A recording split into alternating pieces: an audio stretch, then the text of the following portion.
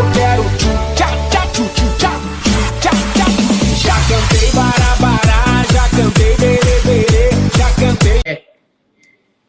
Intinya begini, kalau misalnya kucingnya ini sudah dewasa kelamin, dalam artian organ reproduksinya sudah tumbuh sempurna, itu sudah bisa disteril. Cuman setiap kucing ini bakal beda-beda. Ada yang mungkin 7 bulan sudah dewasa kelamin, ada juga yang telat, mungkin dia 1 tahun baru dewasa kelamin gitu. Cuman untuk meminimalisir kekeliruan, biasanya sih dokter-dokter bakal menganjurkan kalau kucingnya ini sudah 1 tahun, karena biasanya sih kalau udah 1 tahun pasti udah dewasa kelamin semua, mau itu jantan ataupun betina. Cuman kalau memang mau lebih cepat daripada itu ya mungkin boleh kalau di usia 7 bulan mungkin sudah boleh. Cuman itu tadi, kan kita tidak tahu nih apakah dia sudah betul-betul dewasa kelamin secara organ atau belum. Jadi mungkin lebih bagus kalau 1 tahun lah, 1 tahun ke atas lah baru ini. Cuman terus ada juga dokter yang menyarankan kalau dia sudah pernah kawin, paling tidak ada yang namanya hak asasi hewan gitu ya. Nah, itu salah satunya mereka boleh atau bebas untuk berkembang biak. Nah, cuman kan kita ada tujuan tertentu ya untuk melakukan steril ini. Jadi kalau memang kita timbang-timbang dan ternyata kebutuhan steril ini dianggap penting, ya boleh lah. Cuman kalau bisa setelah mereka kawin. Ada dari kakak Imna, Pak Dokter, kalau kucing tidak dikawinkan dan tidak disteril, apa akibatnya? Kalau untuk ini ya akibatnya, sebenarnya sih balik lagi, setiap kucing itu bakal berbeda-beda. Ada yang bisa jadi masalah kalau dia tidak kawin, ada juga yang tidak. Itu biasanya nih yang jadi masalah itu kalau misal dia stres karena tidak kawin, atau dia nafsunya tidak tersalurkan misalnya. Nah itu juga bisa jadi akhirnya dia stres misalnya, terus penurunan kondisi karena dia tidak mau makan apalah segala macam, itu bisa jadi. Kalau di jantan juga ada beberapa kasus yang bisa sampai buat si kucingnya ini susah pipis karena tidak kawin. Biasanya sih gara-gara, ya mohon maaf ya, sperma si kucingnya bisa jadi dia mengendap di saluran pipisnya. Nah, itu juga bisa buat dia kesulitan pipis. Jadi kalau ditanya apakah masalah atau tidak, ya bisa masalah, bisa tidak. Tapi harus balik lagi ke kucingnya ini, apakah dia karakter yang mudah stres atau tidak. Yang jelas kalau dia tidak kawin, resikonya sih stres seperti itu.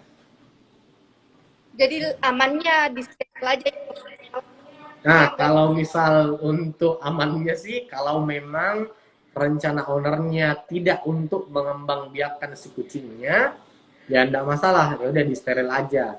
Atau mungkin sudah pernah kawin, sudah ada anaknya, sudah tidak ada lagi yang mau diincar, ya udah disterilkan aja. Gitu.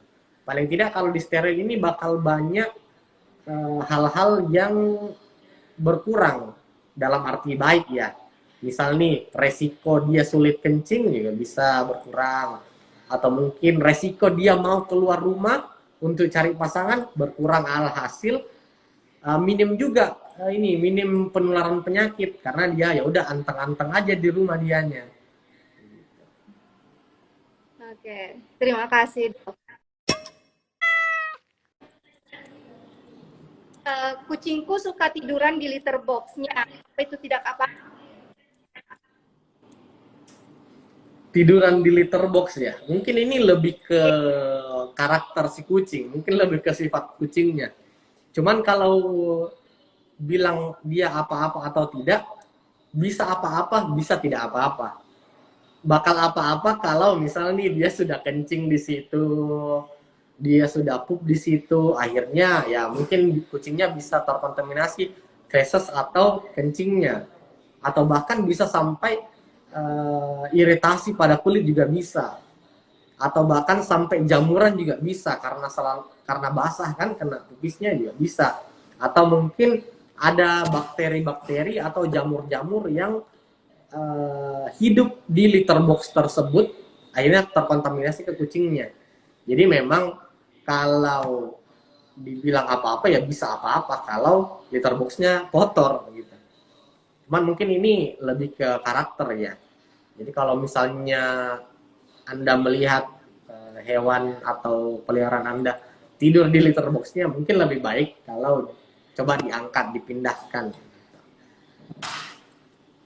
Oke, terima kasih dok. Selanjutnya ada pertanyaan dari kakak Dilah 14. Ciri-ciri kucing alergi seperti apa ya dok? Alergi apa dulu ini? Kalau di kedokteran itu alergi itu luas banget gitu. Cuman mungkin yang biasanya kita tahu alergi itu kayak gatal-gatal, bahkan batuk-batuk juga bisa jadi alergi, bersin-bersin bisa jadi alergi. Cuman kalau misal nih alergi pada kulit, ya berarti dia bakal ada rasa gatal atau kulitnya kemerahan atau mungkin bahkan sampai ada iritasi atau perlukaan di situ, itu bisa jadi alergi. Atau misal kucingnya bersin-bersin karena suatu hal, misal karena debu, itu tidak bisa disebut alergi gitu. Jadi alergi yang mana dulu nih kayaknya dimaksud. Cuma yang jelas kalau pada kulit sih pastinya alerginya itu kemerahan, dia bakal rasanya rasa gatal atau rasa sakit, terus kemudian mungkin bisa sampai menebal kulitnya.